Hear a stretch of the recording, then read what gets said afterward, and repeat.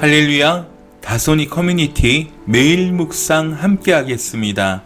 진리의 서기 23번째 시간 기름 부음에 대하여 란 제목으로 오늘 묵상 함께 하겠습니다.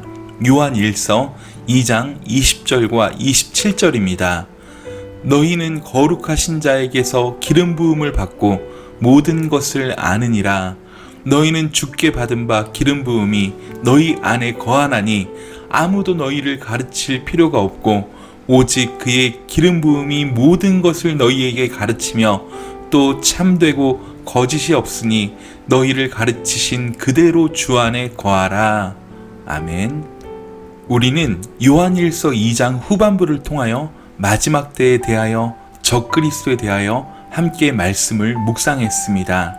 자, 이제 그렇다면 이를 통해 사도 요한이 정말 하고 싶은 말씀이 무엇인지 본문을 통해 함께 나누도록 하겠습니다. 사도 요한이 2장 후반부에서 정말 하고 싶은 이야기가 무엇일까요? 적그리스도나 마지막 때라는 긴장되는 말씀도 중요했지만 이를 대적하고 승리하기 위해 이어지는 말씀이 정말 해야 했던 말씀일 것이라 생각합니다. 그것이 바로 기름 부음입니다. 여러분, 적그리스도에게는 없고 오직 성도에게만 있는 것이 무엇입니까? 20절과 27절에 기름 부음이 너희에게 있다라고 말씀합니다. 이것이 어떤 의미인지 우리는 잘 이해해야 합니다. 20절을 보면 너희는 거룩하신 자에게서 기름 부음을 받고, 27절을 보면 너희는 주께 받은 바 기름 부음이 너희 안에 거하나니 라고 나와 있습니다. 20절에는 기름 부음을 받았고 라고 말씀하지만 27절에는 기름 부음이 너희 안에 거한다고 표현이 바뀌어 있습니다. 이 부분은 우리가 정확하게 이해해야 할 중요한 부분입니다. 즉, 적그리스도의 세력과 확연히 다른 성도의 특징은 기름 부음이 성도들 안에 있다는 것입니다. 적그리스도란 안티크라이스트입니다. 즉, 예수 그리스도를 반대하거나 대신하는 것으로 예수님을 붙들기보다는 다른 것을 붙들게 만드는 존재입니다. 예수님을 흐릿하게 만들고 진리를 흐릿하게 만드는 세력인 것입니다. 그러나 기름 부음을 받은 사람은 예수 그리스도를 붙들고 주님과의 깊은 사귐 가운데 거한다는 것입니다. 그 안에 기름 부음이 거한다는 것입니다. 그렇다면 기름 부음이 무엇이냐? 우선 기름 부음이란 말은 레위기 8장에 역사상 처음으로 대제사장과 제사장들을 세우는 위임식 장면에서 나옵니다. 그때 하나님은 모세에게 성막에 있는 모든 물건과 함께 대제사장으로 세움받은 아론과 그의 아들들 모두 거룩한 관유를 부어 구별했습니다. 그 외에도 사무엘이 사울에게 기름을 부어서 왕이 되게 하고 그 다음 다시 다윗에게 기름을 붓습니다. 이렇듯이 구약의 기름 부음은 구별입니다. 원래는 평범한 사람이지만 하나님께서 그를 기름 부어 거룩한 제사장으로 삼았다는 징표입니다. 자, 신약으로 넘어와선 어떨까요?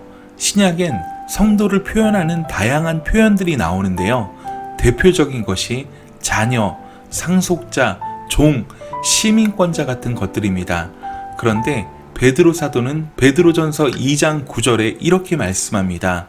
그러나 너희는 택하신 족속이요 왕같은 제사장들이여 거룩한 나라여 그의 소유가 된 백성이니 이는 너희를 어두운 데서 불러내어 그의 기이한 빛에 들어가게 하시니의 아름다운 덕을 선포하게 하려 하심이라 라는 것입니다.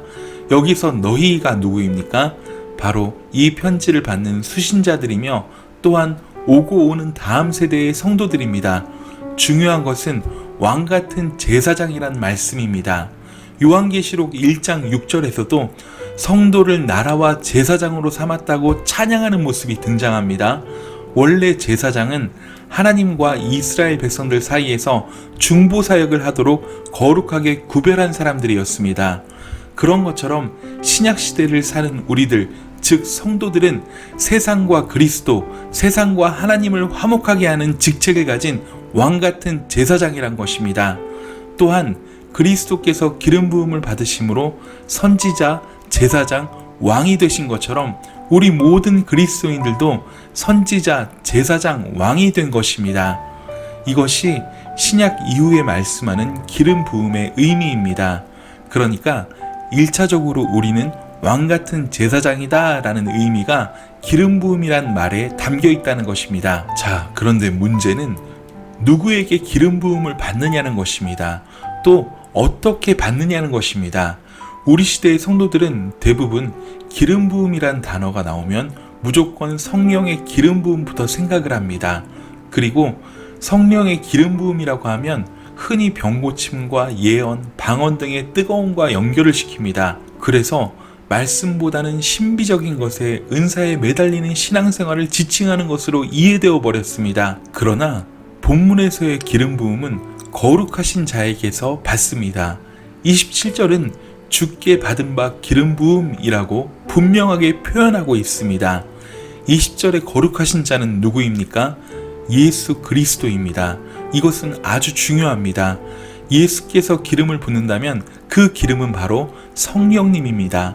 즉 성령을 우리에게 부어주시는 것이 기름 부음입니다. 자, 그렇다면 누가 기름 부음 받은 사람입니까? 너희입니다.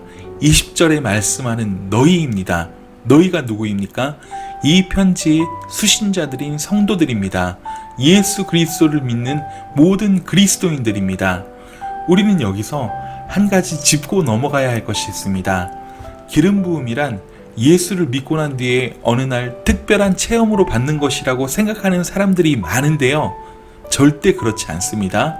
기름 부음이 성령의 제2의 축복, 즉 성령 세례라는 그러한 생각은 전혀 성경과는 일치하지 않습니다. 공공연히 성도들을 두 계급으로 나누고 성령 세례를 받은 사람과 그렇지 못한 신자로 구분하고 영적 엘리트 그룹인 양 행동하는 것은 성경과는 전혀 상관이 없습니다. 말씀을 통해 예수를 믿고 영접한 성도, 사랑의 새 계명의 증거를 가지고 삶으로 그것을 살아내는 그리스도인들, 그들 모두 성령을 모신 기름 부음이 있는 자들입니다. 이것을 꼭 바르게 이해하시기 바랍니다. 이 부분은 분명한 기준을 세우고 우리 안에 기억하고 있어야 합니다. 기름 부음이란 특별한 사람에게 주어지는 특별한 체험이 아닙니다. 누구나 예수 믿으면 값없이 선물로 주시는 성령이 바로 기름 부음입니다. 그 기름 부음은 우리가 세상을 향하여 왕같은 제사장이란 사실을 말해주는 중요한 것입니다. 그것이 오늘 본문의 너희라는 말씀의 의미입니다. 저와 여러분은 예수 그리스도를 구주로 영접하여 성령을 모신 기름 부음 받은 제사장들입니다. 무엇보다 우리가 가져야 할 태도는 세상을 이긴 힘을 가진 자로서의 당당함입니다. 기름 부음은 우리를 그리스도인답게 하는 세상과의 구별됨이며 최고의 힘입니다. 지금 현재 나 자신이 그리스도인답지 못하게 세상 정신에 흔들리며 늘 무너지는 삶을 살고 있다면 말씀을 통해 우리 안에 계신 이가 어떤 분이신지, 우리 안에 성령님이 어떤 분이신지 깊이 깨달아야만 합니다.